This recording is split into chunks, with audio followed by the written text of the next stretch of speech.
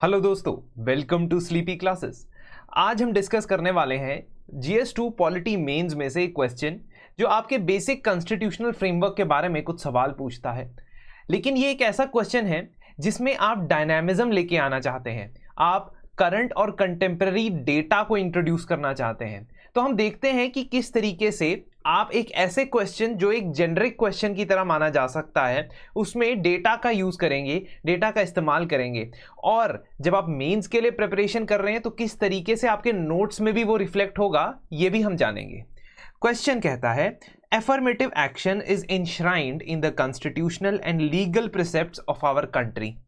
Ascertain the extent to which affirmative action has been successful in fulfilling constitutional ideals of social justice and economic upliftment. Now you can have two approaches to introduce this answer.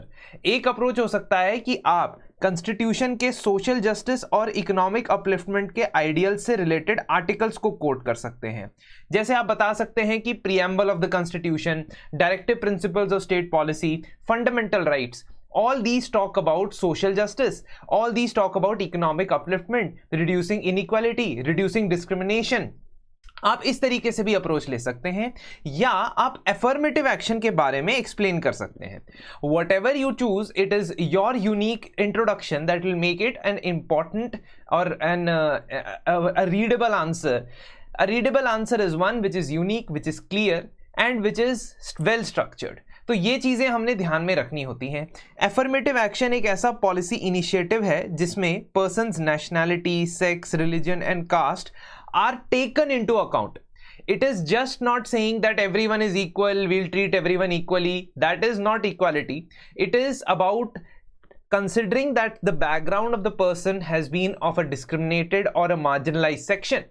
अगर आप ये चीज consider करने के बाद ऐसे व्यक्ति के लिए, ऐसी कम्युनिटी के लिए कोई स्पेसिफिक कदम उठाते हैं तो उसे एफर्मेटिव एक्शन कहा जाता है। सो these things are taken into account by a company, it could be a private organization or a government organization, to extend opportunities. Which opportunities? Employment opportunities, education opportunities and stuff like that.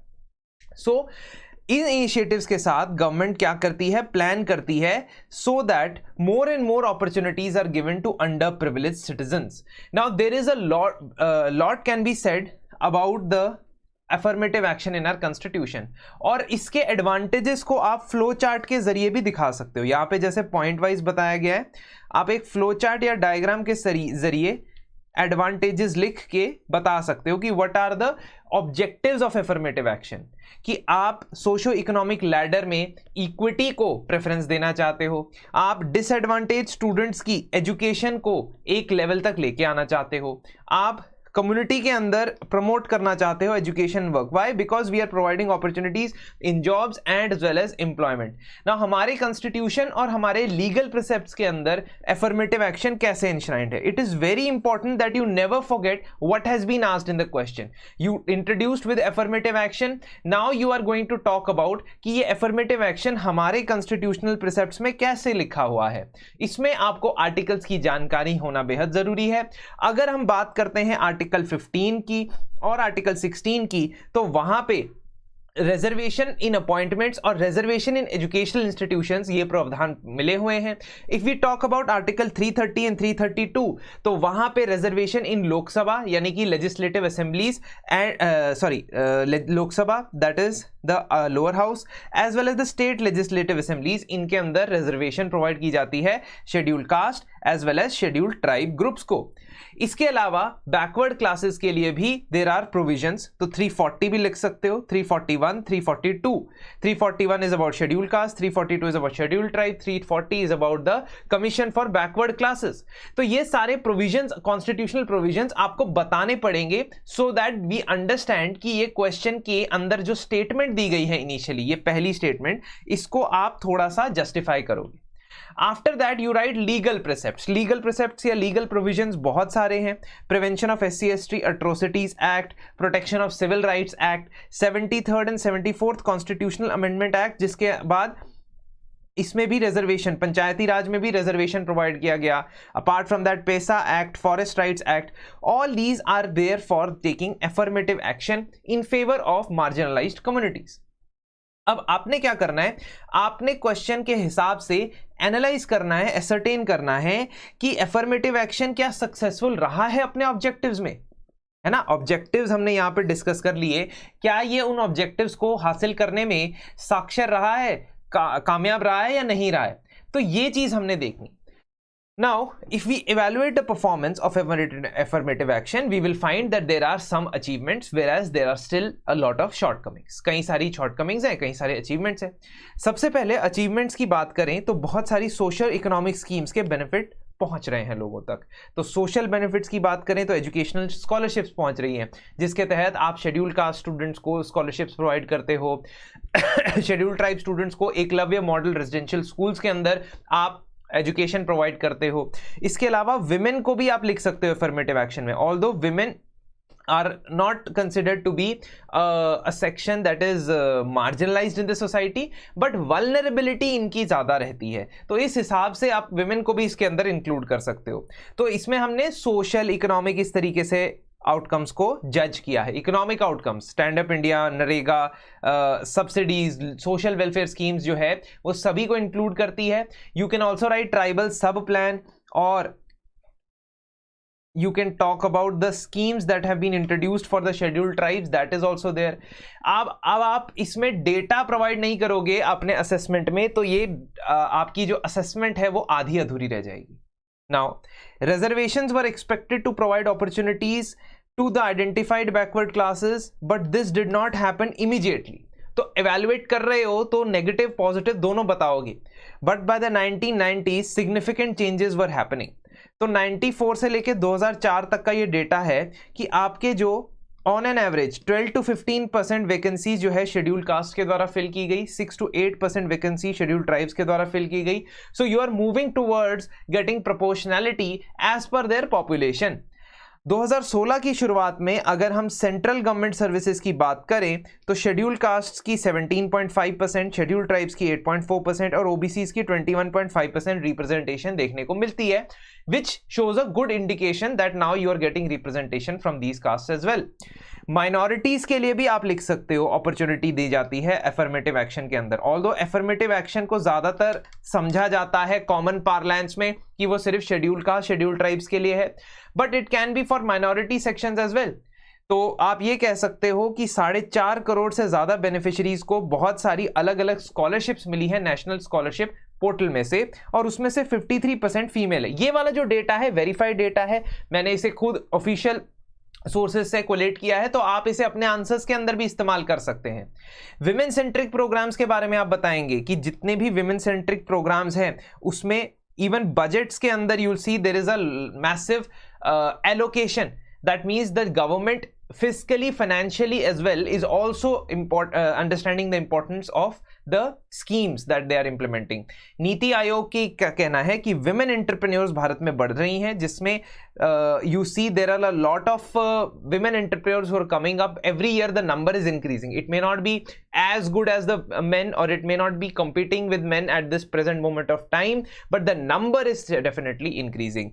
Women representation in parliament has also significantly increased। This Lok Sabha is the Lok Sabha which has had the highest percentage of women। तो ये चीज भी आप देख सकते हो कि affirmative action की वजह से नहीं हुआ है ये, बिकॉज एफर्मेटिव एक्शन मतलब अगर आपने रिजर्वेशन प्रोवाइड की होती है वुमेन को, बट आप इसके अंदर पंचायती राज की भी एग्जांपल दे सकते हो, which I have not given but you should give, कि more than 55% of the panchayat post positions are held by women. So these are some things that affirmative action has been able to achieve, but some things affirmative action has still not been able to achieve। What is that? First of all, you will write that caste discrimination अभी भी prevalent है हमारी society के अंदर, और कहीं जगह manifest हो जाता है वो, चाहे it is not widespread as before, but it is still manifested in certain places। For example कुछ जगहों पे अभी भी देखा जाता है कि स्कूल्स में या पब्लिक प्लेसेस में there might be apprehensions regarding the people who belong to lower caste. लगभग 1 साल पहले उत्तराखंड के एक स्कूल में खबर आई थी कि मिड डे मील्स के दौरान during the mid day meals there was some apprehension regarding to the caste of the cook, although बाद में वो जो है उसको क्लैरिफिकेशन दूसरे तरीके से किया गया था, but there is still reports that are there. चाहे आप कास्ट डिस्क्रिमिनेशन की बात करो, कास्ट बेस्ड स्टीरियोटाइपिंग की बात करो, ये आइडेंटिटी को अभी भी आप कम नहीं कर पाए हो despite providing so many benefits. Higher positions in executive, judiciary, legislature, still अभी हमने रिप्रेजेंटेशन की बात की, बट अगर मैं हायर पोजीशन या हायर पोस्ट की बात करूं तो वहां पे अभी भी there is a lack of representation from the poor and disadvantage section. Along with that, India की जेंडर गैप इंडेक्स की रिपोर्ट में although there has been an improvement, आप ये रैंक नहीं लिखोगे, आप 127 रैंक लिखोगे। लेटेस्ट रैंक जो आया है 146 कंट्रीज में से 127th रैंक आया है इंडिया का। सो कंट्रीज भी कम हो गई, रैंक भी बढ़ गया, तो at least there is some improvement, but 127 is not a rank that you would like to have in the entire world। तो वर्ल्ड इकोनॉमिक फोरम का ये जो 127 रैंक है 146 में से, वो वहां पे देखा गया है कि इंडिया का जेंडर गैप इंडेक्स में आ रहा है। तो इसका मतलब अभी भी कुछ ना कुछ कमियां हमें देखने को मिलती है। अगर आप ये सिर्फ कह देते हो कि डिस्क्रिमिनेशन है, विमेन एम्पावरमेंट नहीं हुई है, that will not have any difference, because that any person on Twitter will also say. You need to provide certain data so that you are made legitimate और your representation here is made legitimate. Reservations को corner किया जा रहा है कुछ particular members of caste groups के साथ द्वारा। जस्टिस रोहिणी कमीशन जो आर्टिकल 340 का इस्तेमाल करते हुए प्रेसिडेंट ऑफ इंडिया ने कंस्टिट्यूट किया था, उसकी इंटरिम रिपोर्ट का यह मानना है कि 97% of the central OBC quota benefit go to just 25% of the caste. तो इसका मतलब within the OBC caste also there is a creamy layer. Creamy layer हटाने के बाद भी एक और क्रीमी लेयर बन गई है, जिसमें सिर्फ 25% कास्ट के लोगों को ये 97% कोटा के बेनिफिट्स प्रोवाइड हो रहे हैं। ठीक है, some marginalized sections are still not getting reservation. For example, transgender persons with disabilities have got, but it is considered to be less in number. So कई जगह की रिप्रेजेंटेशन आपको या की पोजीशंस पे रिप्रेजेंटेशन अभी भी देखने को नहीं मिल रही है। तो एफर्मेटिव एक्शन ने अचीव तो किया है, लेकिन अभी भी हमें बहुत ज्यादा आगे बढ़ना है। इसको कंक्लूड करते हुए आप एक आधा सजेशन भी दे सकते हो। For example, an independent legal authority to formulate so that affirmative action commission, जैसे ब्रिटेन में है कि एक कमीशन बना दो जो ये इंश्योर करे कि एफर्मेटिव एक्शन को सही तरीके से इंप्लीमेंट किया जाए, उसके बेनिफिट्स सभी मार्जिनलाइज्ड कम्युनिटीज को मिले। दोस्तों, इस तरीके से आप जो आंसर्स की डिस्कशन है उसको कर सकते हैं। हम हर एक आंसर को इसी तरीके से और भी इलैबोरेट तरीके से इनफैक्ट डिस्कस करते हैं अपने कोर्सेज के अंदर, जहां हम एक कोर्स मेंस क्रैश कोर्स में आपको सभी थीम्स, सभी सब्जेक्ट्स की GS 1 2 3 4 की कवर करवाएंगे। इसके अलावा मेंस टेस्ट सीरीज जो स्टार्ट होगी, पहला टेस्ट जा चुका है 18 जून को, but because it is a flexible test series in the sense that you can write as per your own schedule, आप उस हिसाब से अभी भी आंसर्स जो हैं वो लिख सकते हैं। इवैल्यूएशन के साथ साथ आपको लाइव डिस्कशन की भी बेनिफिट्स प्रोवाइड किए जाएंगे। मैं ही लाइव डिस्कस करूंगा सभी के सभी टेस्ट को, हर एक क्वेश्चन को। तो इसके अलावा within the test series you are getting a special benefit, you are getting a free access to live answer writing batch. Live answer writing batch के अंदर आप हमारे साथ बैठेंगे ऑनलाइन और हम आपको क्वेश्चन देंगे, उसी वक्त आप क्वेश्चन का आंसर लिखोगे और उसी वक्त वो आंसर इवैल्यूएट हो जाएगा। तो स्मॉल ग्रुप्स बनाए जाएंगे जिसके अंदर बच्चों को 1-on-1 उनके आंसर के फीडबैक साथ ही मिल जाएंगे। जैसे आपने आंसर लिखा, आपने PDF सेंड की, वो सामने ही चेक होगी। तो ये बेनिफिट आपको टेस्ट सीरीज के अंदर भी मिल जाएगा, लाइव आंसर राइटिंग बैच का फ्री में मिल जाएगा along with the test series। तो ये आप देख सकते हैं। if you want to, if you're interested to enroll, you can contact us, ठीक है। and if you use this code IAS Topper, you'll get a 10% discount. even if you use the code RAINA RAINA, then you will get a 10% discount। तो दोस्तों, इसी के साथ आज का session समाप्त करते हैं। हम आपसे दोबारा फिर मुलाकात होगी।